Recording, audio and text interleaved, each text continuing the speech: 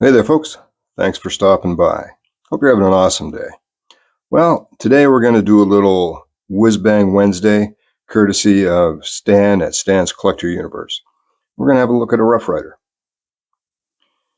And this is a Rough Rider Everyday Carry Knives and Gear. Is the RR2163 Rough Rider Red and Balk, Red and Black G10 fixed blade. Now, this one's been out for a little while. It wasn't something I had access to up here until Jay at Sasquatch Knives Canada said, hey, look what's on Amazon Canada. And there was a limited few there, so I grabbed one. So if you're interested, stay tuned and we'll have a look.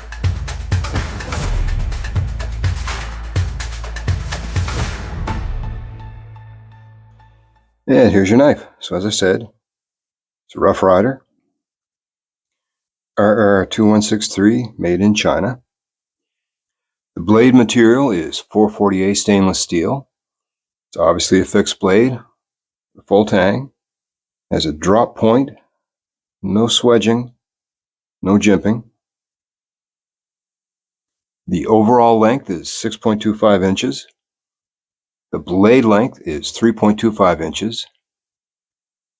And it is quite a thick, stout blade. It's about 0.2 inches thick, or around 3/16. It has a plain edge with a fairly high grind. Red and black G10 handles. Hardware with torque screws, both sides.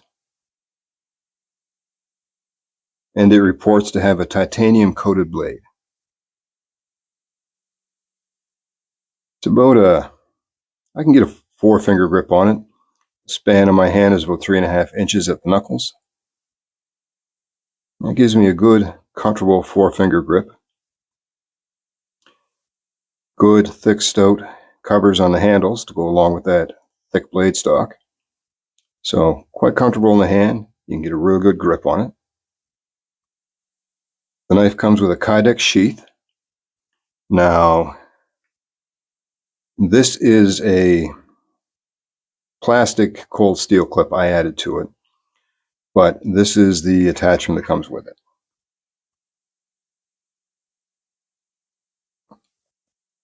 And that will mount right about like so. So it gives you a belt carry. Not the greatest, fanciest piece, but it does allow for a very wide belt, and it does allow for the knife to sit below the belt line.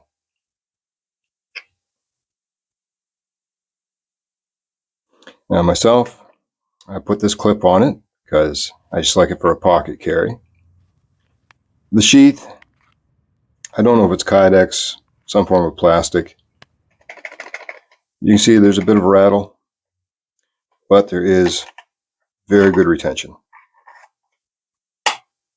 Snaps in nice and tight. Now, simple thing to do with a sheath like this is just heat it up with a heat gun or a hair dryer. Something's going to heat it up, and then you can press and squeeze it, make it fit a little better, deal with that rattle. I don't notice the rattle too much in the pocket, but the retention is good. My only complaint in the design is that you don't have any kind of a finger guard or choil. You've got a good bit of blade before you get to the plunge grind for sharpening, but there is the potential where your finger could ride up on that sharpened edge. Now, this is not an uncommon design in the knife industry, and here's a few other brands from more expensive lines that use that same kind of a profile.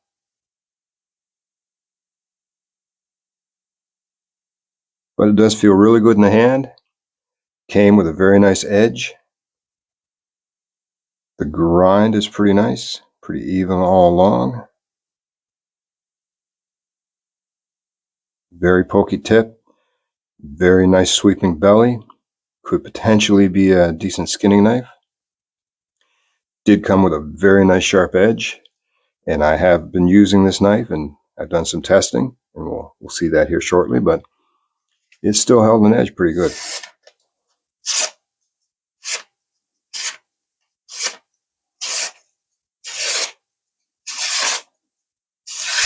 So let's do a little practical testing. Here's some 550 paracord with a push cut through.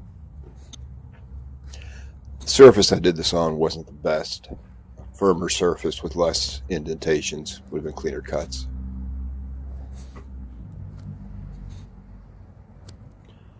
Overall, though, I think it performed fairly well, particularly considering the thickness of the spine, and I think we can attribute that to the fineness of the tapered edge. This is some cardboard from an Amazon box, luckily the box it came in. It pushes through fairly well. I didn't expect it to be a great cardboard slicer just due to the thickness of the spine, but worked fairly well. Now we have some polypropylene rope. This stuff is notoriously hard to cut, and it pushes through quite well.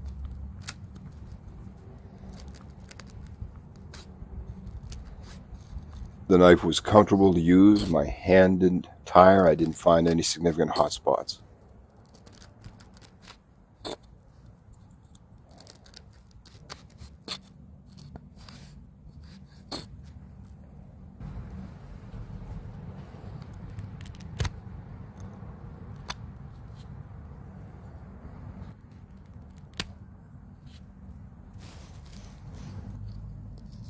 Now let's sharpen your carpenter's pencil. Knife bit in really well. Again, I was surprised with the thickness of the spine that it sliced so well.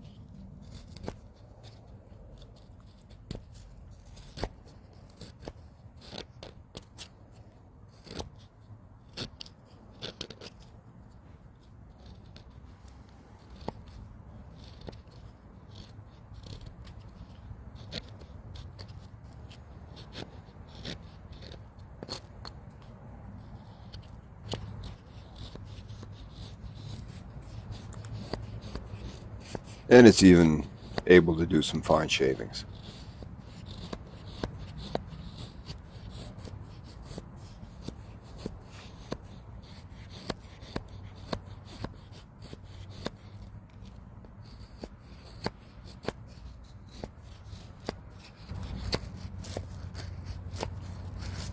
This is a piece of dry pine, and it slices through quite well.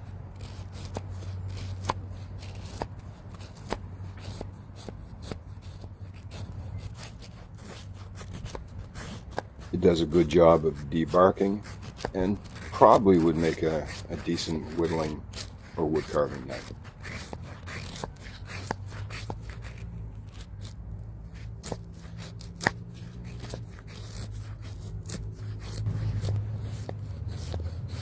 And finally, a piece of dry rock maple, much denser wood. Has no problem with debarking.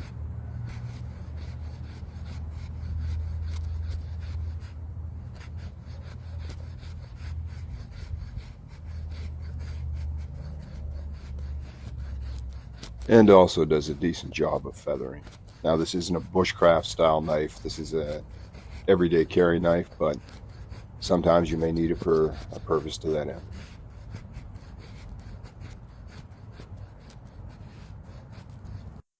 Now, price-wise, you can't go wrong for the price. I picked this one up on Amazon Canada for $29 and change.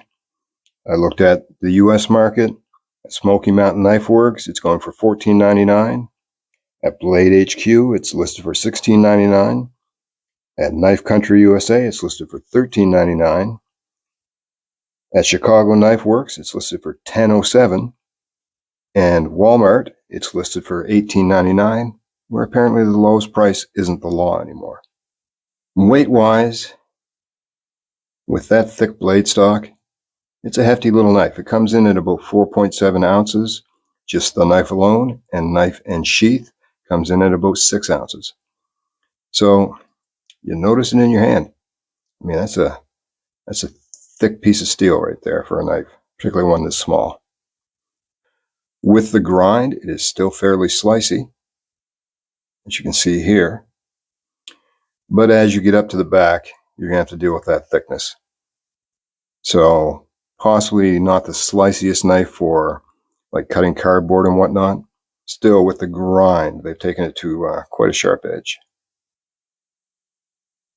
Overall, for the price, you really can't go wrong for that. Good beater knife. I wouldn't necessarily recommend it for a person who hasn't commonly handled knives just because of that profile.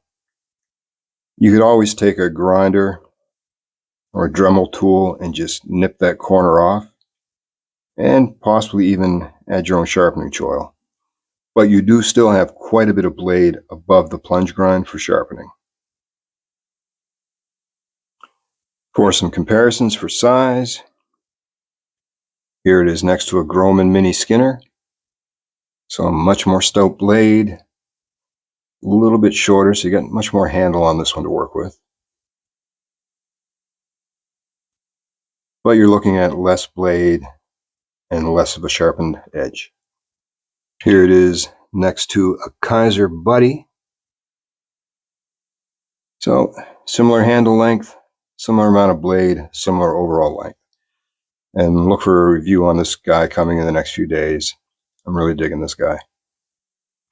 And finally, a Cold Steel Mini Tack buoy. You're looking at similar handle length, quite a bit more blade on the buoy. Definitely a thinner blade stock.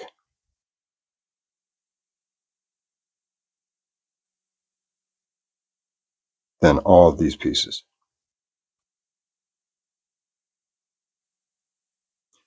I think it's a good knife for the price. I mean, what was the cheapest price? $10.07. I don't think you can go wrong for that. The only thing is just be mindful of that sharpened corner there. For some people that might be an issue, for some not, and certainly can be addressed with a little touch up with a Dremel tool. Otherwise, feels really good in the hand and is pretty slicey for considering how thick that blade stock is. And certainly one you could probably beat on a little bit. Anyway, that'll be it for today. We're halfway through the week, folks. You gotta like that. The weekend will be coming soon. And like I always say, if the day's getting you down, go spend some time in the woods. Go talk with those trees, tell them all your problems. They'll listen and they won't criticize you, and you'll probably feel better afterwards. If you do, take a knife with you. Might just come in handy. You all take care.